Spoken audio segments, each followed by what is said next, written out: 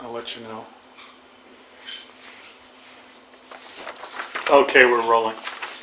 All right, this is a home interview in New Rochelle, New York, 29th of September 2004, approximately 1 p.m. Interviewers are Wayne Clark and Mike Russert. Could you give me your full name, date of birth, and place of birth, please? My name is Arthur Wolstein, W-O-L-S-T-E-I-N. I was born November 22nd, 1914. Okay, and where, please? Right in Manhattan, New York City. Okay. What was your educational background prior to entering service? Actually, I received a doctorate in podiatric medicine. I'm a retired podiatrist. I graduated from the New York College of Podiatric Medicine in 1937, and they're located in Manhattan on 124th Street, North Madison Avenue. Do you remember where you were and your reaction to the news about Pearl Harbor? Oh yes, I remember it very well. I recall I was watching the football game, and they made an announcement. They called for a general. I don't recall the general's name. They asked him to come to the front office, and that's when they announced that Pearl Harbor had been bombed. Mm-hmm. What was your reaction at the time? Did you have Well, you know, a sense of patriotism, horror that we had been attacked, and loyalty to the country that there had to be retaliation. Okay, did you enlist or were you drafted? I was drafted. Because I was a practicing podiatrist. I had an office, and I was actually drafted. Mm-hmm. Okay, where were you inducted? Well, what happened was the draft board was right in Westchester Square in the Bronx, and they told us to appear at the Governor's Island. And I recall it very distinctly because my father took me down to Grand Central Station, and my father, who incidentally was Russian and not too warm or affectionate, but he was very touched by the fact that I was going into military service. And when we got down to Grand Central Station before I went to Governor's Island for my induction, we sat and had a few drinks together, which was unusual for that camaraderie with my father. So, yeah, I was inducted to Governor's Island in Manhattan. And when did he immigrate from Russia? Well, he must have come to this country, I think, about 1908 or 9 or thereabouts. And if I might interpose an interesting story, I'll make it brief. He, as a small boy, he was about 16 years old in Russia, that the Cossacks and the Tsar was in power, and they came to take him into the army at the age of 16, and they took him to the barracks, and he said he had to go to the bathroom.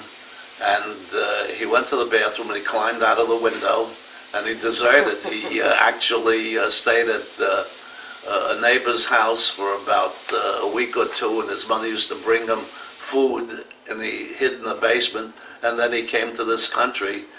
And I often think that maybe he was close to me when I was going into the military as a reflection of his own military, the lack of military background. Yeah. So it's a cute story. Yeah. So after your induction at Governor's Island, where were you sent from? They sent me to Camp Upton out in Patchogue, Long Island, and another cute little story in that regard. When we got to Camp Upton, there was about a dozen of us, and we had barrack bags full of our military equipment. And when we got there, the first sergeant greeted us, and he told us that we were assigned to the station hospital. I guess because of my medical background, I was assigned to the medical corps in the orthopedic ward at the station hospital. Now, the station hospital was about a mile or two up the hill, and we had our barrack bags, and we're standing there, and we said, how are we going to get our barrack bags up to the station hospital up that long hill? So I volunteered the thought. I said, there's a wheelbarrow over there. We'll pile the barrack bags in the wheelbarrow and we'll take them up to the station hospital. So the first sergeant says, he says, we have a college boy here. We have a college boy here. He says, well, college boy, I want you to, you're responsible for getting those barrack bags up to the top of the hill without using that wheelbarrow. So a couple of the other guys helped, and we put them on our shoulders, we carried them up the hill. But that was my indoctrination into the Army. They held it against me because I had a college background. Now, you were a doctor at that point. Yes, yes. They didn't offer you to go into in those officer days they training? didn't give us we weren't officers. Now, if you go into the service, you become commissioned. But in those days, this is 1942, they didn't give you an automatic They commission. didn't even tell you to go into the officer candidate program? Nope, they didn't. Wow. No, it was interesting, they Yes. didn't. But the only thing they did for me was to send me into the, to the orthopedic department at the station hospital.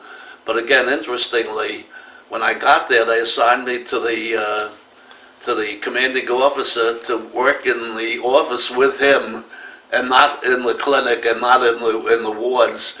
And I got friendly with a fellow, I remember his name was Jerry Roth, and he was an attorney. So they assigned Jerry Roth to the orthopedic ward, and they assigned me to the office. So we went into the commanding officer, and we asked if we could switch, and they did. They put me in the orthopedic ward, they put him in the commanding officer's office, and he stayed there for the entire duration of the war. We always kidded about that. He never left that spot. Stayed at Camp Upton. He had a dog there with him. The dog's name was Dawn, I recall that. And he had the convenience of going home. And I, of course, eventually was shipped overseas. Mm-hmm. Now, were you allowed to use your title as doctor? No, not at all. Wow. No. Did you have to go through regular basic training? Yeah, I went through regular basic training, and later on, after I had been at Camp Upton for a while, I did volunteer for overseas duty. It was getting a little boring, and just being at the hospital and taking care of the soldiers who had been ill while they were at Camp Upton, waiting to be shipped overseas. And they eventually sent me to O'Reilly General Hospital in Springfield, Missouri, for more medical training to treat combat injuries. And I was there for, I don't recall whether it was 3 months or 4 months of intensive training in treating wounds before I was sent overseas. So they did give me some of that additional medical training to treat combat injuries. It was very interesting. I had never been out of New York, and they sent me to Springfield, Missouri. I was single at the time, and I recall I met a young lady who was a broadcaster at the local radio station, and in the morning at 7 a.m., we'd be listening to her station, and she'd say, "Rise and shine, Sergeant Wolstein and all his buddies, it's time to hit the hardwood." It was such on a personal basis, and being a New Yorker, this was like foreign to me. Okay, so after you, now what kind of extra training did you receive there? I know to take care of wounds, but... Yeah, well, it was unusual for me. I was a podiatrist. I had been treating feet, but they prepared us to give all the shots to the soldiers before they went into combat, all their vaccinations, and to treat some, things like shock, or some of them suffered from depression. We would advise them as far as seeing a shrink and so on. So it was more intensive training for us prior to going overseas. Were you treated any, or trained in any surgical procedures or? Not Triage really, or anything? but the funny thing is some of the fellows were doing surgical procedures on their own.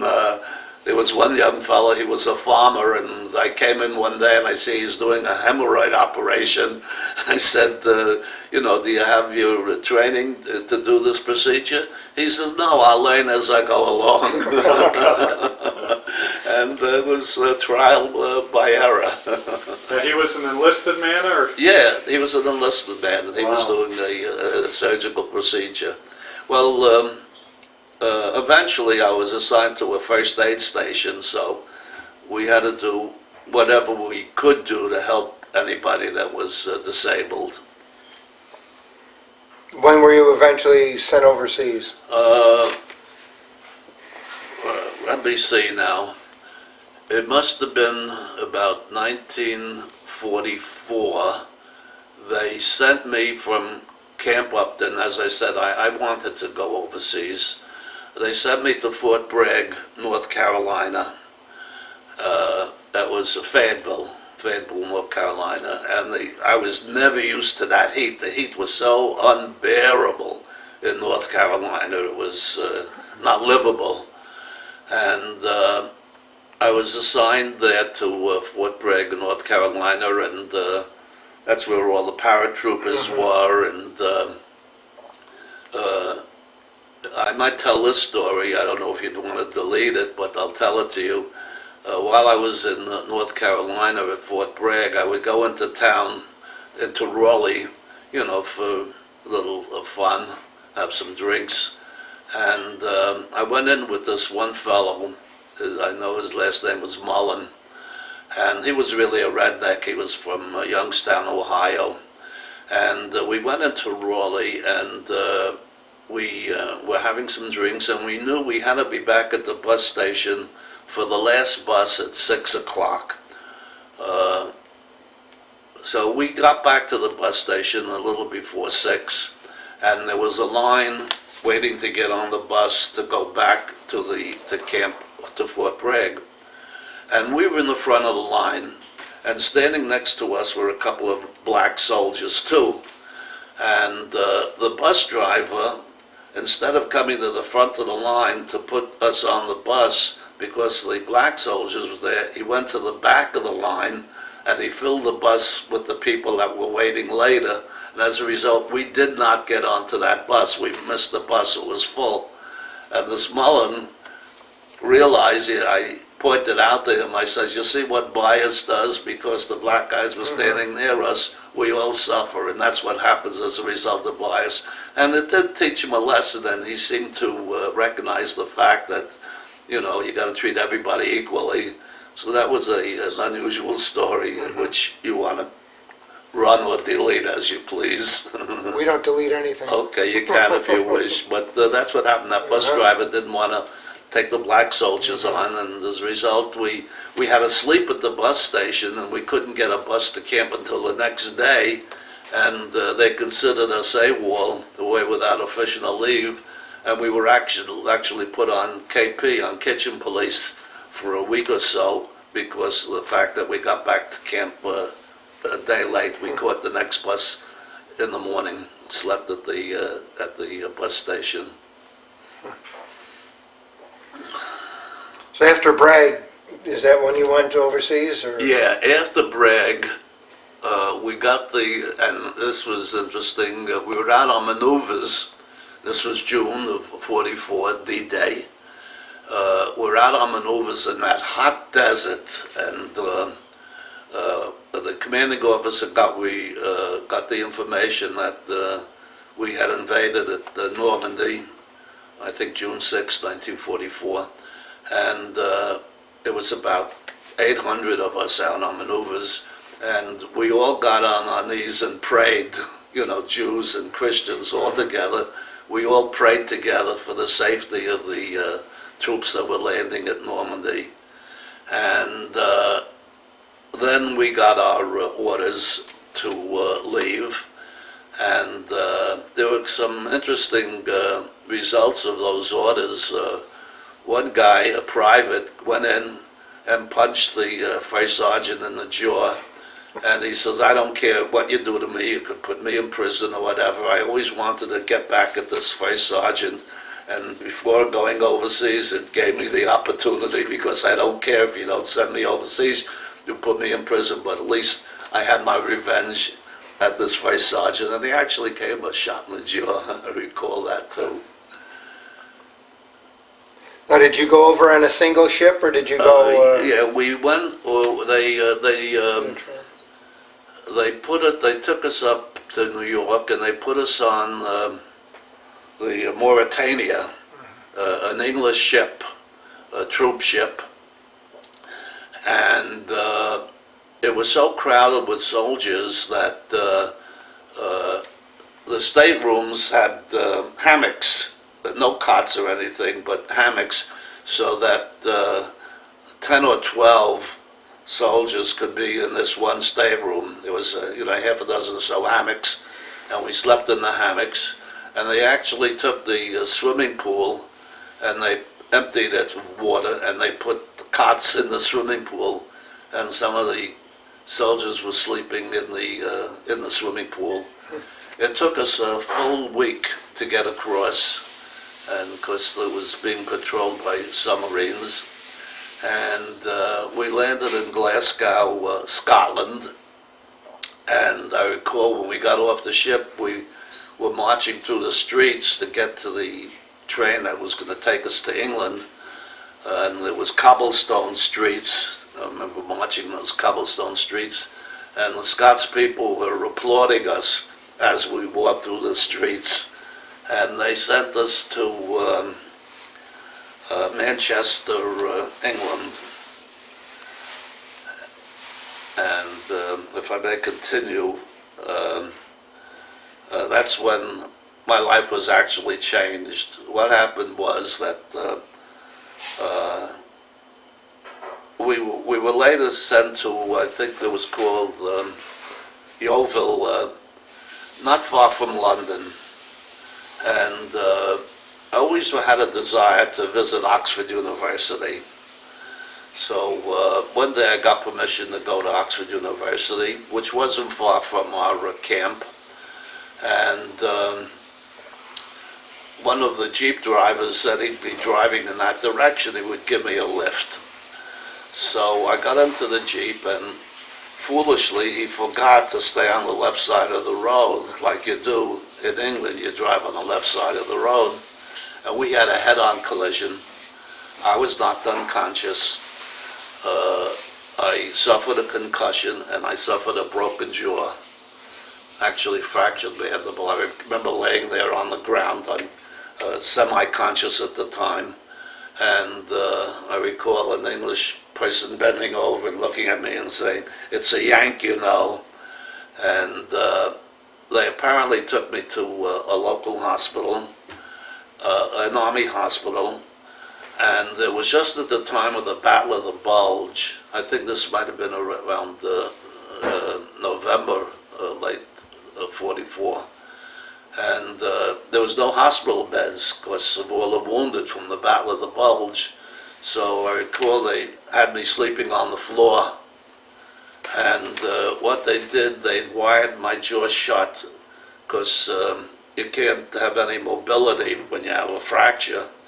So they put the wires between my teeth with a gum. They actually took a tooth out.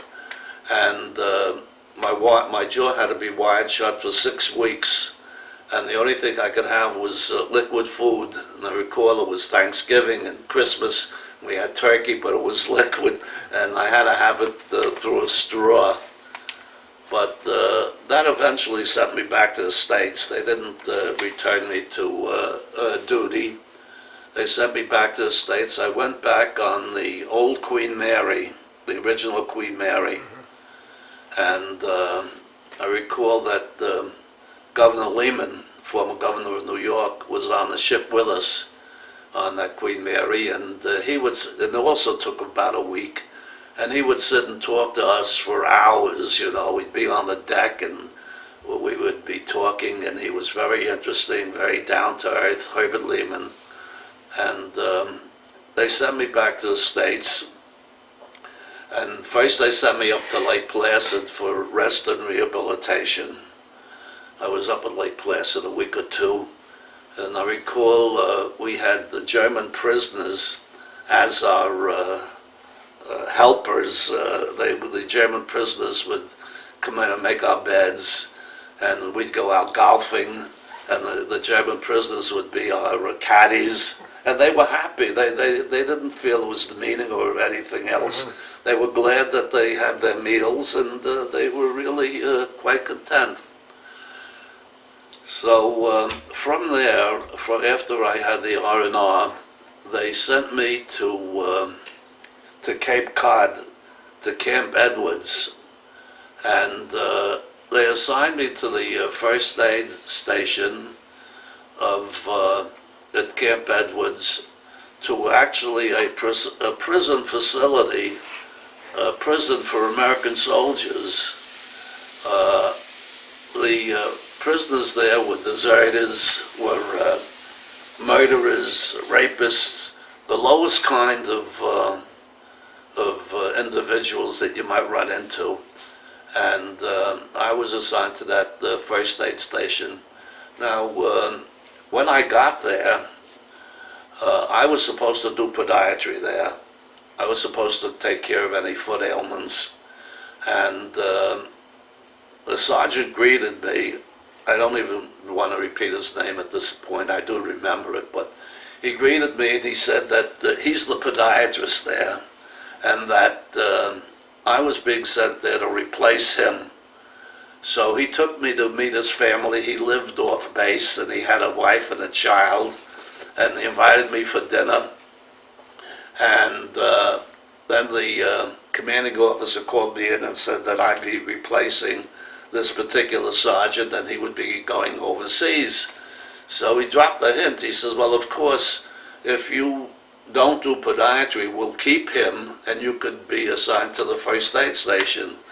So I felt very self-conscious to be responsible for sending an individual overseas. So I said, okay, I won't do podiatry. I'll work at the first aid station. And the sergeant remained there as the podiatrist. So I really never did podiatry in the 4 years that I was in service. Now, was this sergeant a doctor also? Well, a podiatrist. Uh-huh. A podiatrist, yeah. And I didn't want to replace him so that he would be shipped out. So I went and I worked at the first aid station. And what we would do, as I say, many of the individuals there were deserters. And one day I was called into the commanding officer's office, and he said that there was a particular deserter who had to be escorted back to California, that General MacArthur had personally requested this individual to be returned to him because he had deserted under fire and was responsible for the deaths of some of the soldiers. And General MacArthur wanted him back. But the problem was this young individual had malaria.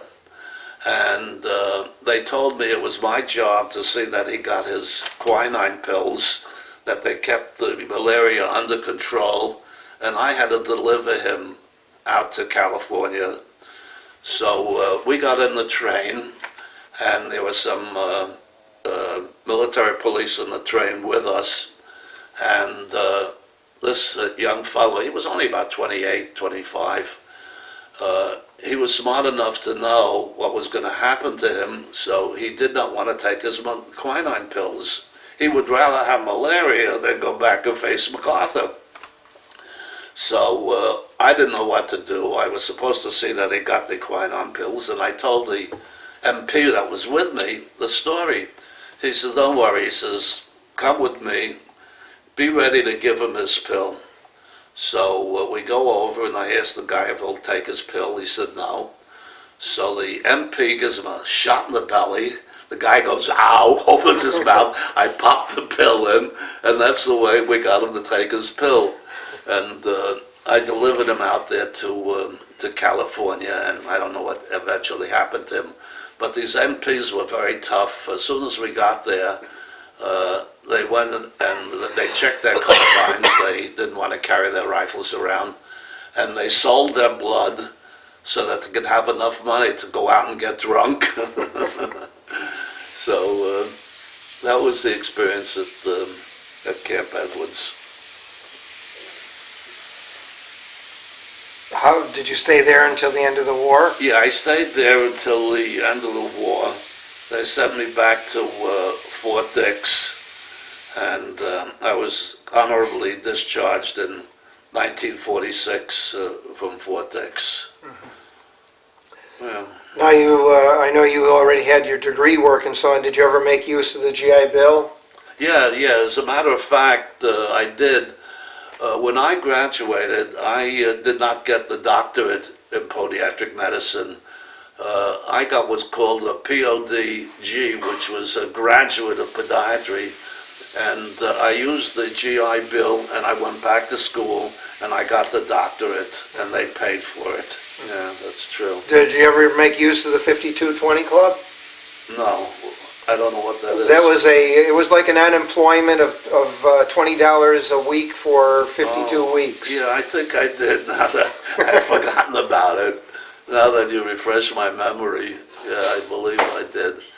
Right now, I do get a disability because of the fractured mandible, which I am trying to increase.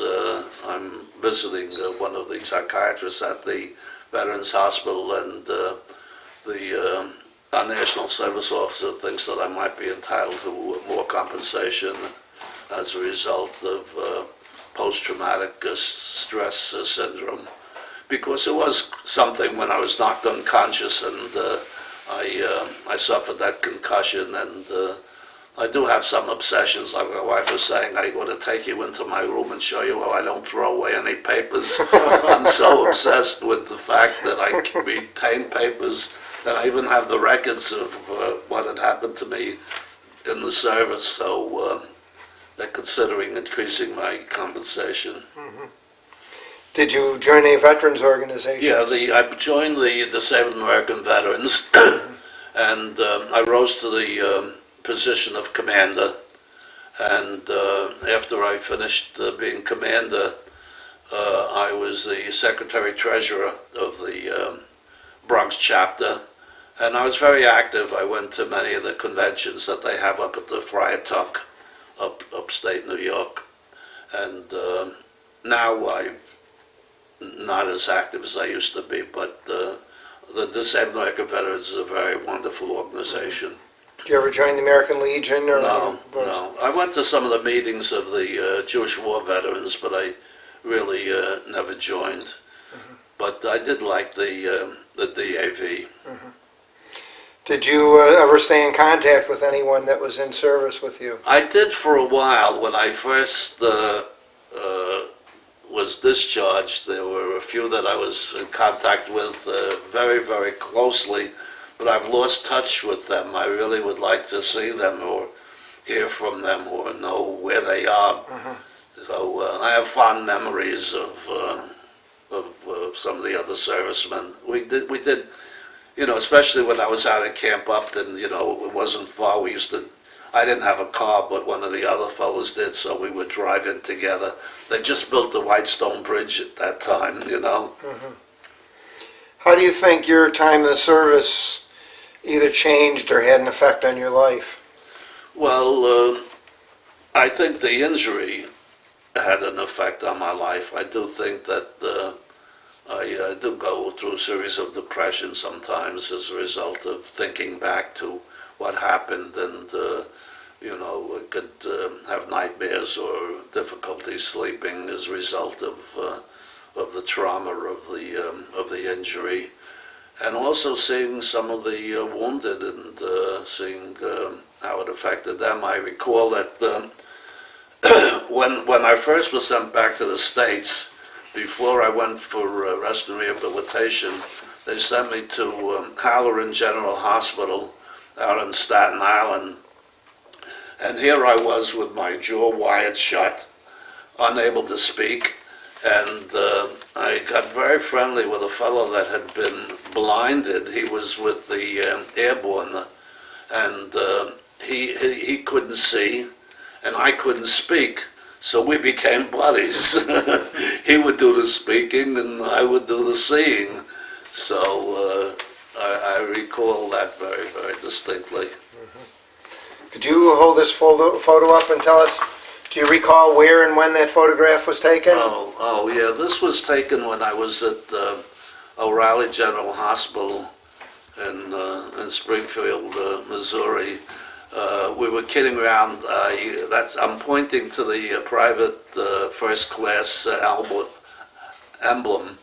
I later on became a staff sergeant, but they were kidding me that I was only a private first class in this particular picture. But I was discharged as a staff sergeant. Mm-hmm.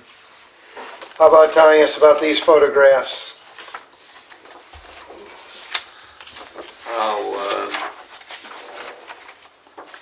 Yeah, we had been invited up to the governor's office, and I had received a citation from Governor Pataki, and in this photo, the director of the Office of the Aging was with me, as well as Governor Pataki's mother, and the young woman that had joined me for the trip. She was the president and founder of RAIN, which is an organization here in the Bronx that runs senior centers and a home attendant program. So this was the citation I received from Governor Pataki. Okay. Okay. All right, well, thank you very much for your interview. Well, thank you. It's been refreshing to recollect some of these incidents. And my wife takes good care of me. You said you had 12 grandchildren? 12 grandchildren. And I often say that grandchildren are so much fun, I should have had them first. Okay, thank you. Thank you.